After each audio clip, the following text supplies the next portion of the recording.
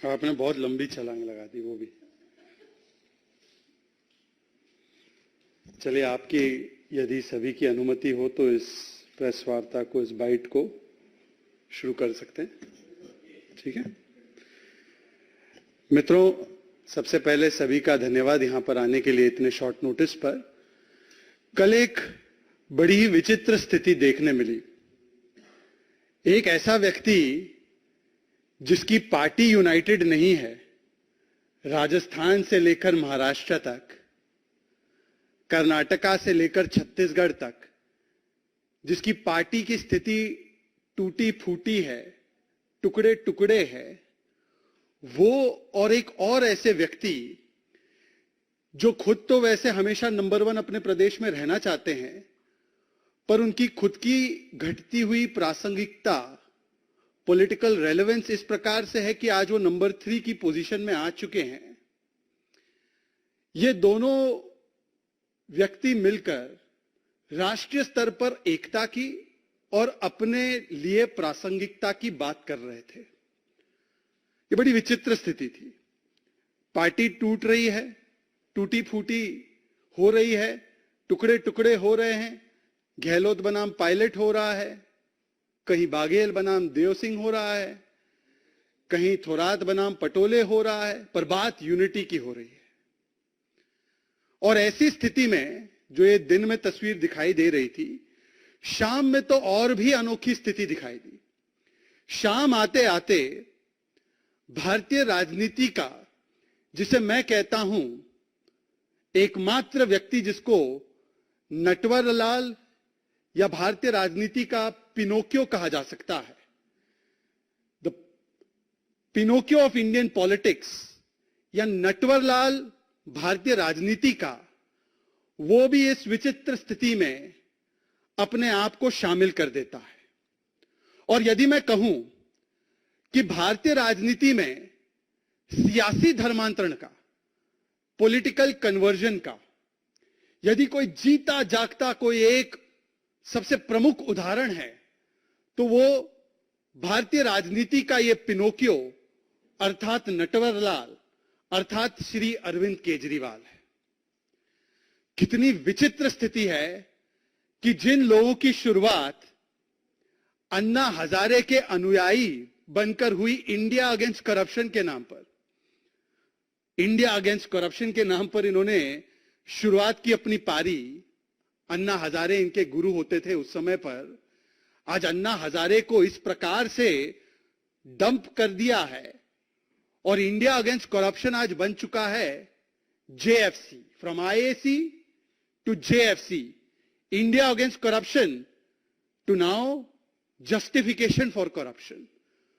और जो शुरू किए थे अन्ना हजारे के शागिर्दगी में, अन्ना हजारे को अपना गुरु मानते हुए जिन्होंने शुरुआत की थी अपनी राजनीतिक सामाजिक यात्रा की, आज वो बन चुके हैं लालू, तेजस्वी और राहुल के अनुयायी, फॉलोअर्स।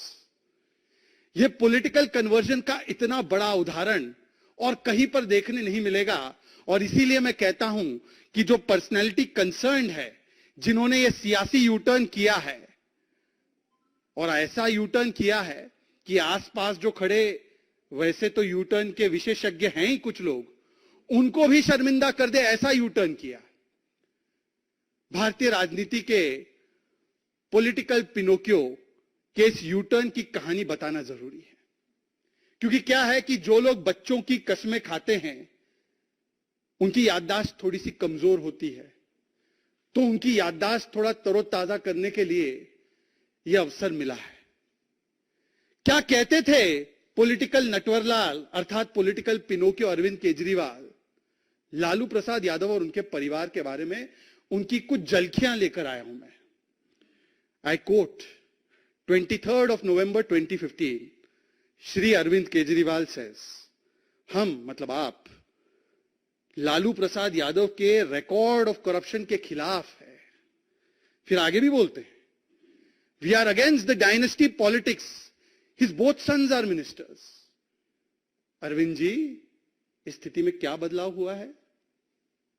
2015 से लेकर 2023 में लालू जी की और उनके परिवार की स्थिति में क्या बदलाव हुआ है, बदला कौन है, यू टर्न किसने लिया है, ये आपके सामने है। फिर पॉलिटिकल नटवरलाल अर्थात political Pinocchio of India Kejriwal ji tweet करते हैं 2013 में, लालू ने करोड़ों कमाए हैं फॉर्डर स्कैम में भ्रष्टाचार के माध्यम से। ये ट्वीट है, उनके ट्वीट सारे मैं लेकर आया हूं, आप लोगों को भी मिल ही जाएगा। वैसे आए दिन सोशल मीडिया पे लोग ट्वीट करते ही हैं, उनका रीट्वीट करते हैं और याद दिलाते हैं कि केजरीवाल जी ये भी बोला करते थे, we are against the corruption of Lalu family, Lalu family has made crore in fodder scam. ये ट्वीट है उनका, 2011 का भी ट्वीट है अरविंद केजरीवाल जी का, बड़ा दिलचस्प ट्वीट है। Is this parliament supreme? Are we to treat Lalu, Mulayam, Sibal, Chiddu, ये मेरे शब्द नहीं उनके, ये चिड्डू मतलब Chidambaram, Raja as supreme?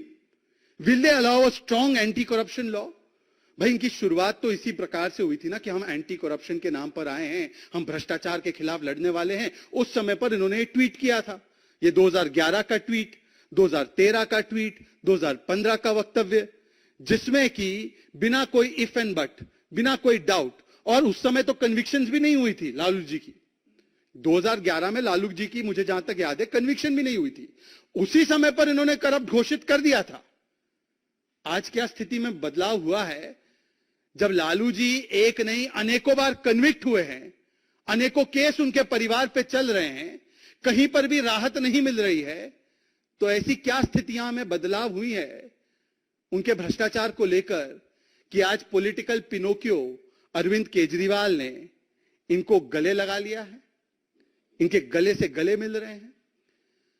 Congress party के विषय में क्या कहते थे पॉलिटिकल नटवरलाल, ये तो मैं बताना नहीं चाहता हूं, आपको याद है किस किस को जेल भेजना चाहते थे, किस किस प्रकार से वो कहते थे कि जब सत्ता में आएंगे तो इनको जेल भेजेंगे, उनको जेल भेजेंगे, 13-13 लोगों की लिस्ट लेकर घूमते थे। और उस समय पर उनका स्टैंड होता था ना कोई इन्वेस्टिगेशन, ना कोई जांच, पहले इस्तीफा हो, ये उनका स्टैंड होता था। आज पॉलिटिकल नटवरलाल उन्हीं के परिवार के साथ खड़े हैं जिनको वो भ्रष्ट बताते थे और अलायंस बनाने की बात कर रहे हैं उन्हीं भ्रष्ट परिवार के लोगों के साथ। इसीलिए मैं कहता हूं, इसका अगर विश्लेषण किया जाए तो लोकतंत्र बचाना यह बहाना है, असलियत में अपने अपने भ्रष्टाचार को बचाना है। लोकतंत्र बचाओ यह बहाना है, अपने अपने भ्रष्टाचार तंत्र को बचाना है, इसलिए सबको मिलकर एक हो जाना है। कल तक जिसको गाली दे रहे थे, जिसको कह रहे थे भ्रष्टाचार का आइकॉन है, आज वो सुहाना सुहाना है। देखिए, और भी विश्लेषण करें तो इसमें आपको समझ में आएगा कि क्या है ये अलायंस, ये यूनिटी क्या है। इसमें ना कोई विजन है, ना इसमें कोई मिशन है, ना ये कोई एक मुद्दे पर कॉमन है। इसमें केवल अगर कॉमनैलिटी या यूनिटी है तो वो यूनिटी इन करप्शन है, यूनिटी इन कमीशन है, unity in politics of division है और यूनिटी इन तुष्टीकरण है। हां, और unity in ambition for position है। ये केवल unity in corruption, commission, division and ambition for position है, जिसके चलते ये सारे भ्रष्टाचारी एक साथ हो रहे हैं। और अरविंद केजरीवाल ने पॉलिटिकल यूटर्न की सबसे बड़े उदाहरण को दिखाते हुए लालू प्रसाद यादव और उनके परिवार को भी गले लगा लिया है। और आज इसीलिए इस विचित्र स्थिति से कुछ सवाल निर्माण होते हैं जो सीधे सीधे तौर पर और स्पष्ट तरीके से मैं अरविंद केजरीवाल जी तरफ डालना चाहता हूं और उनसे पूछना चाहता हूं। सवाल नंबर 1, अरविंद केजरीवाल जी, यदि 2014 से पहले लालू प्रसाद यादव जी की कन्विक्शन से पहले 2013 में उनकी कन्विक्शन हुई थी पहली बार, यदि उनका पूरा परिवार भ्रष्ट था, यदि उनका पूरा परिवार परिवारवादी मानसिकता से लिप्त था, तो आज ऐसी कौन सी स्थितियां बदली है जब वो 4-4 बार 5-5 बार कन्विक्ट हो चुके हैं कि आज आपने यू टर्न करके उनको गले लगा लिया है? उनको कौन सी करप्शन से राहत मिली है? उल्टा आज जिनके साथ आप खड़े थे, उनके पुत्र के साथ, उनका तो नाम ईडी और सीबीआई ने लैंड फॉर जॉब स्कैम में लिया है। और ये लैंड फॉर जॉब स्कैम क्या है? ये 600 करोड़ का घोटाला है। और इस घोटाले का मूल मंत्र क्या था? जैसे नेताजी सुभाष चंद्र बोस ने एक समय पर कहा था, तुम मुझे खून दो मैं तुम्हें आजादी दूंगा। ये नेताजी के विचार थे। ये इनके परिवार का विचार क्या था? तुम मुझे लैंड दो मैं तुम्हें जॉब दूंगा। ग्रुप डी और जो एकदम गरीब से गरीब तबके के लिए जो नौकरियां होती है, गरीब समाज के लोग जिस नौकरियों को पाने के लिए इच्छुक होते हैं, ऐसी नौकरियों के एवज में औने पौने दाम पर करोड़ों की जमीन हड़पने का, ऐंठने का काम इनके परिवार ने किया। और ये मैं नहीं कह रहा हूं, ये कोई भारतीय जनता पार्टी नहीं कह रही है। इस पूरे केस के बारे में जानकारी सबसे पहले जेडीयू के ललन सिंह ने दी थी, हमने नहीं दी थी, जेडीयू ने दी थी। पूरी कार्रवाई इसमें जब शुरू हुई, यूपीए 1 के बाद यूपीए 2, तो उस समय जो रेल मंत्री थी उन्होंने बयान देकर इस पर कार्रवाइयां शुरू करवाने का काम किया। यह अलग बात है कि कांग्रेस के जमाने में एजेंसियों के द्वारा किस प्रकार से केस पैरेट की तरह काम किया जाता था, जब चाहिए तो केस खुले, जब चाहिए तो केस बंद। तो इसमें वो केस कभी आगे गया नहीं होगा। राजनीतिक मंशा क्या रही होगी वो एक अलग विषय है, पर इस पूरे केस की जानकारी जेडीयू ने दी थी। और केस क्या था? गरीबों से 1/4 दाम पर उनकी जमीनें लो और जमीनें परिवार को ट्रांसफर हो तो तब आपको नौकरी मिले ग्रुप डी की। ऐसे व्यक्ति ने, जिसने 600 करोड़ का घोटाला किया है, जिस पर सीबीआई और ईडी की प्रोसीडिंग चल रही है, जिसके प्रॉपर्टीज पर अटैचमेंट्स हो रही है और जिनको हाई कोर्ट तक राहत नहीं दे रहा। ये कोर्ट भी गए थे तेजस्वी यादव समन क्वॉश करवाने के लिए, आपको याद होगा। कोर्ट ने कहा सीबीआई के सामने पेश होना है, तो 25 तारीख को पिछले महीने पेश भी होना पड़ा। ऐसे व्यक्ति जिनको मैं रिवर्स रॉबिनहुड कहता हूं। रॉबिनहुड क्या करता था? वो अमीरों से चुराता था, गरीबों में बांटता था। ये रिवर्स रॉबिनहुड है।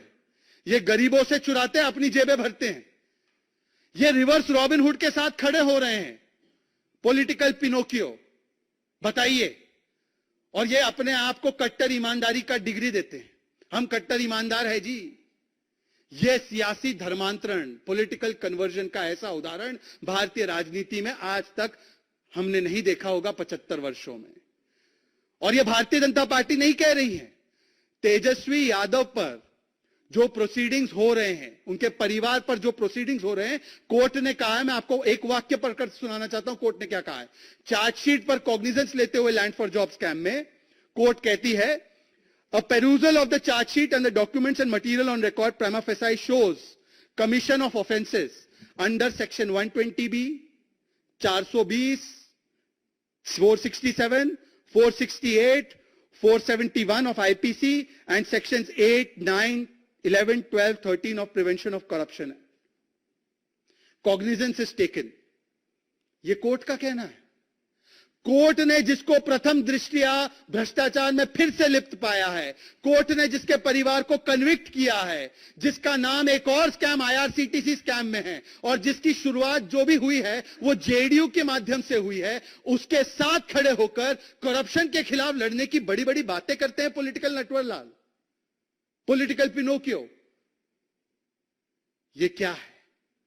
ये केवल भ्रष्टाचार बचाओ आंदोलन है। An alliance and coalition to save the corrupt. A coalition of colonial cousins of corruption. यह है इनकी हकीकत और विचित्र स्थिति। और इसीलिए केजरीवाल जी, मैं आपसे एक और सवाल पूछता हूं, यह रिश्ता आखिर कहलाता क्या है? क्या आपने लालू प्रसाद यादव और उनके परिवार को कट्टर ईमानदारी का डिग्री थमा दिया है क्या? ये वही डिग्री तो नहीं है जो आप कई महीनों से सत्येंद्र जैन को थमा रहे हैं, जिनको 10 महीने से राहत नहीं मिली, हवालेबाज कोर्ट ने कहा है। यह वही डिग्री तो नहीं है जो आप मनीष सिसोदिया को ठहराते हैं और बोलते हैं बेचारा मनीष तो बहुत ही ईमानदार है, उसको पद्म मिलना चाहिए। हाईएस्ट कोर्ट तक उनको राहत नहीं मिली है। और पिछली बार जब मैं इसी मंच से आपके सामने रूबरू हुआ था, तब मैंने आपको बताया था कि कोर्ट ने मनीष सिसोदिया, शराब मंत्री अक्यूज नंबर 1 के बारे में कहा है कि वो आर्किटेक्ट है शराब घोटाले के। कोर्ट ने कहा है कि 90 से 100 करोड़ की घूस ली है मनीष सिसोदिया ने। कोर्ट ने कहा है कि किस प्रकार से इस शराब घोटाले को ऑर्केस्ट्रेट किया गया और एक्सपर्ट कमेटी की रिपोर्ट को दरकिनार किया गया। यह सबूतों के साथ कोर्ट ने प्रथम दृष्टया एस्टैब्लिश किया है। क्या वही डिग्री सर्टिफिकेट मनीष सिसोदिया वाला, सत्येंद्र जैन वाला, यही थमा दिया है क्या तेजस्वी यादव जी और लालू जी को? जरा बताइएगा, हमें बताइएगा एक बार। अभी जो खबर भी मीडिया के माध्यम से अभी मैं पढ़ रहा था आते आते, कि फिर से एक बार मनीष सिसोदिया को अभी राहत नहीं मिली है, पर शराब घोटाले में किस प्रकार से कॉन्स्पिरेसी की गई उसका एक और नमूना सामने। ऐसा नमूना कि ईमेल्स को फैब्रिकेट करके यह दिखाया गया कि पब्लिक अप्रूवल था उनकी पॉलिसी के लिए। ये तो ऐसे कहते ही थे उनके वक्तव्य पुराने कि शराब पॉलिसी जो हमने लाई है वो best policy in the world है, बेस्ट पॉलिसी ये कहते थे। आतिशी कहती थी, उनके और एक सौरभ भारद्वाज कहते थे, संजय सिंह कहते थे, best policy in the world है, बेस्ट पॉलिसी, इससे ज्यादा बेहतर पॉलिसी हो नहीं सकती। फिर यू टर्न करके पॉलिसी कैंसिल कर दी, परंतु ये बेस्ट पॉलिसी साबित करने के लिए मनीष सिसोदिया ने मंत्री होते हुए ईमेल फैब्रिकेट करा के फर्जी ईमेल अपने पास मंगवाए और यह बताया कि यह पब्लिक अप्रूवल आई है इस पॉलिसी के लिए। और बंद कैसे रही थी वो पॉलिसी? एक क्लोज रूम में मोनोपोली क्रिएट करने के लिए, कार्टेल क्रिएट करने के लिए, कुछ लोगों को फायदा दिलाने के लिए। तो ये आज इस बीबीसी भ्रष्टाचार बचाओ कोलिशन के बारे में यह सवाल हमने आपसे पूछा है। केजरीवाल जी बताइए कि क्या झूठ बोलना और पलटना ये आपकी फितरत बन चुकी है राजनीतिक रूप से? आपने जो बड़े बड़े वादे किए थे दिल्ली को कभी पूरे नहीं किए। आपने तो गली गली मोहल्ले मोहल्ले शराब के ठेके खोल दिए। हवालेबाज मंत्री और शराब में लिप्त मंत्रियों को बचाने का काम करते हैं। और आज जिस लालू प्रसाद यादव को आप करप्शन का आइकॉन मानते थे, आज उन्हीं के गले लग गए। ये ऐसी कौन सी राजनीतिक विवशता है, राजनीतिक मजबूरी है? नीतीश जी की तो राजनीतिक मजबूरी हम समझते ही हैं। नीतीश जी की तो हम समझते ही हैं। उन्होंने तो जेडीयू के माध्यम से केस शुरू किया लैंड फॉर जॉब का। एक समय था कि जेडीयू का अधिकृत बयान था कि Lalu is the icon of corruption. उनकी विवशता और उनकी लाचारी, उनकी मजबूरी बिहार में क्या है हम समझते हैं। पर अरविंद केजरीवाल, जिनका जन्म हुआ करप्शन के खिलाफ लड़ने, जिनकी अनुयायी जो थी एक समय पर वो बनते थे अनुयायी अरविंद के, अन्ना हजारे के, आज ऐसी कौन सी राजनीतिक विवशता है कि वो लालू प्रसाद यादव, राहुल गांधी और तेजस्वी यादव के साथ अलायंस बना रहे हैं? इसका जवाब हमें मिलना चाहिए। अंत में मैं केवल इसको समअप करूं तो कह सकते हैं जो आजकल ये नजारा दिख रहा है, चल पड़ी है करप्शन की रेस, चल पड़ी है करप्शन की रेस। सबको बनना है इस भ्रष्टाचार के ठगबंधन का फेस। चाहते हैं सब बंद करवाना अपना अपना केस, परंतु सुप्रीम कोर्ट ने इनके अरमानों पर लगा दी है ठेस। और इसीलिए मिल गए हैं सारे भ्रष्टाचारी अपने अपने बचाने, अपने कुनबे और अपनी स्पेस। ये इस प्रकार का विश्लेषण निकल कर आया है। आज पॉलिटिकल पिनोकियो को इसका जवाब देना चाहिए कि क्या 2011, 12, 13, 14, 15 में जो उनका विश्लेषण था लालू प्रसाद के परिवार पर, उनके भ्रष्टाचार पर, वो उस पर यू टर्न करते हुए आज भ्रष्टाचार को गले मिल रहे हैं, मिला रहे हैं, लग रहे हैं, क्योंकि वो खुद भ्रष्टाचार की सबसे बड़ी बड़ी डिग्रियां लेकर बैठे हैं। बस इतनी बातों के साथ मैं अपनी वाणी को विराम दूंगा। कोई और सवाल होगा तो आप पूछ सकते हैं।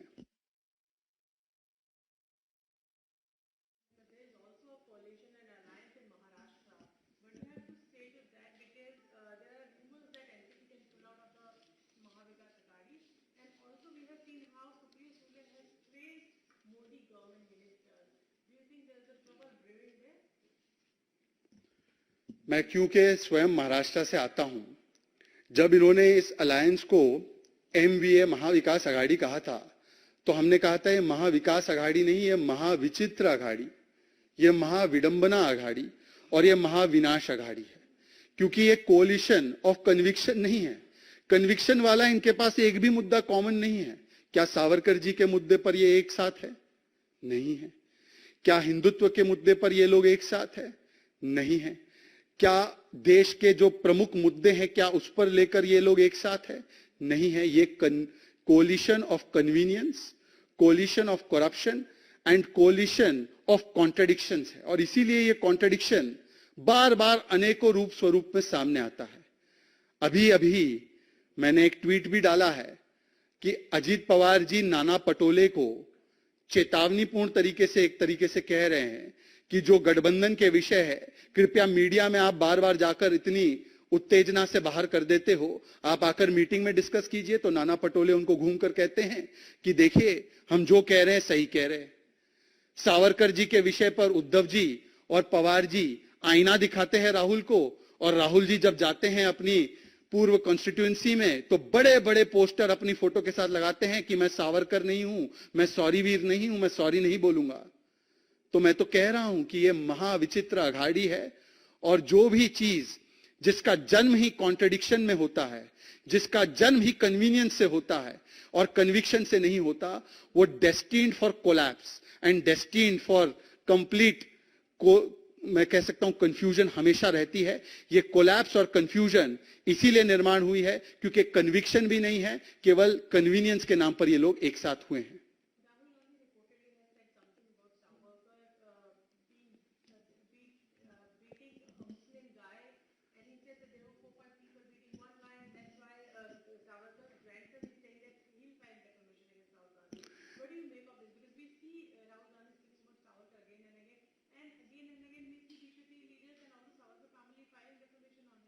देखिए, मैंने ये खबर देखी है कि स्वतंत्र वीर सावरकर जी के परिवार को बड़ी दुख और कष्ट के साथ एक कानूनी मार्ग अपनाना पड़ा है।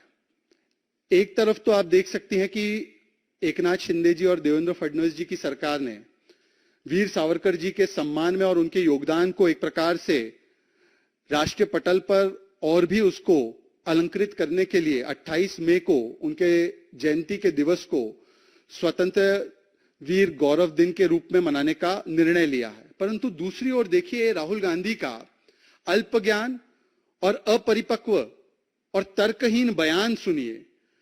उनको क्या यह नहीं मालूम है कि वीर सावरकर जी के विषय में अगर सबसे ज्यादा किसी ने स्वर्ण अक्षरों में भूरी भूरी प्रशंसा की है तो उनकी दादी मां ने की है। इंदिरा जी ने तो उनके लिए स्टैंप भी रिलीज किया था। और केवल इंदिरा जी ने नहीं, महाराष्ट्र के सर्वोच्च नेताओं में से एक यशवंतराव चव्हाण जी की बात हो, महाराष्ट्र के कम्युनिस्ट नेता हो डांगे जी, मुझे जहां तक याद आ रहा है, सर्वपल्ली राधाकृष्णन अगर मुझे सही से याद आ रहा है, और स्वयं नरसिम्हा राव जी और शरद पवार जी ने भी स्वर्ण अक्षरों में उन्होंने प्रशंसा की है सावरकर जी के योगदान की। तो क्या वो सारे लोग गलत थे? क्या राहुल गांधी कहना चाह रहे हैं कि उनकी दादी मां गलत थी, यशवंतराव जी गलत थे, शरद पवार गलत हैं, उद्धव जी गलत है और केवल वो सही है? यह दिखाता है कि एक व्यक्ति का विरोध करते करते हो सकता है राहुल गांधी को भारतीय जनता पार्टी एक आंख न भाती हो। यह बात सही हो सकती है, उनको प्रधानमंत्री नरेंद्र मोदी, देवेंद्र जी की सरकार, शिंदे जी की सरकार एक आंख ना बाती हो। परंतु क्या एक व्यक्ति एक पार्टी का विरोध करते करते हम देश के राष्ट्र महानायकों का इस प्रकार से अपमान करेंगे? इस प्रकार से बार बार अपमानजनक और झूठी बातें फैलाएंगे? और एक केस में तो जिस प्रकार से उन्होंने झूठ बोला है, सुप्रीम कोर्ट के सामने उनको माफी मांगनी पड़ी। एक केस में उनको दोषी पाया गया, ओबीसी समाज का अपमान जो किया है। एक केस में भिवंडी कोर्ट में जो उन्होंने आरएसएस के विषय में कहा था, उस पर उनको यू टर्न करके वहां पर भी अपना स्टैंड चेंज करना पड़ा है। अब सावरकर जी के परिवार ने केस किया है तो उसका जवाब देना होगा। परंतु इस मंच से, क्योंकि मैं खुद स्वयं महाराष्ट्र से आता हूं, मुझे याद है उद्धव जी का वो वक्तव्य। उद्धव जी ने सार्वजनिक मंच से कहा था, यदि कोई सावरकर जी का अपमान करेगा तो मैं बड़े आक्रामक रूप से, मैं पूरी चीज को कोट नहीं करना चाहता, आप लोग ढूंढ सकते हैं, मैं बड़े आक्रामक रूप से उसका जवाब हमारी सेना, उद्धव सेना देगी। आज उद्धव जी, ऐसी कौन सी मजबूरी है कि हिंदुत्व का जो शेर था वो वोट बैंक की भीगी बिल्ली बन चुका है। एकाध कोई कॉस्मेटिक हुस्न अफरोजी वाले बयान इशू करने के अलावा राहुल गांधी जी और कांग्रेस पार्टी का जो एक कांस्टेंट इस प्रकार का स्टैंड सावरकर जी पर आ रहा है, उस पर आप लोग कोई स्टैंड नहीं ले पा रहे हो, ये आपकी मजबूरी और लाचारी और किस प्रकार से स्वर्गीय बाला साहेब ठाकरे जी की विचारधारा को आपने तिलांजलि देने का काम किया है, उसका जीता जागता प्रमाण आज फिर से सामने आ रहा है। उद्धव जी को तय करना है कि सावरकर जी उनके लिए देवता समान है या जो राहुल गांधी कह रहे हैं वो सही है।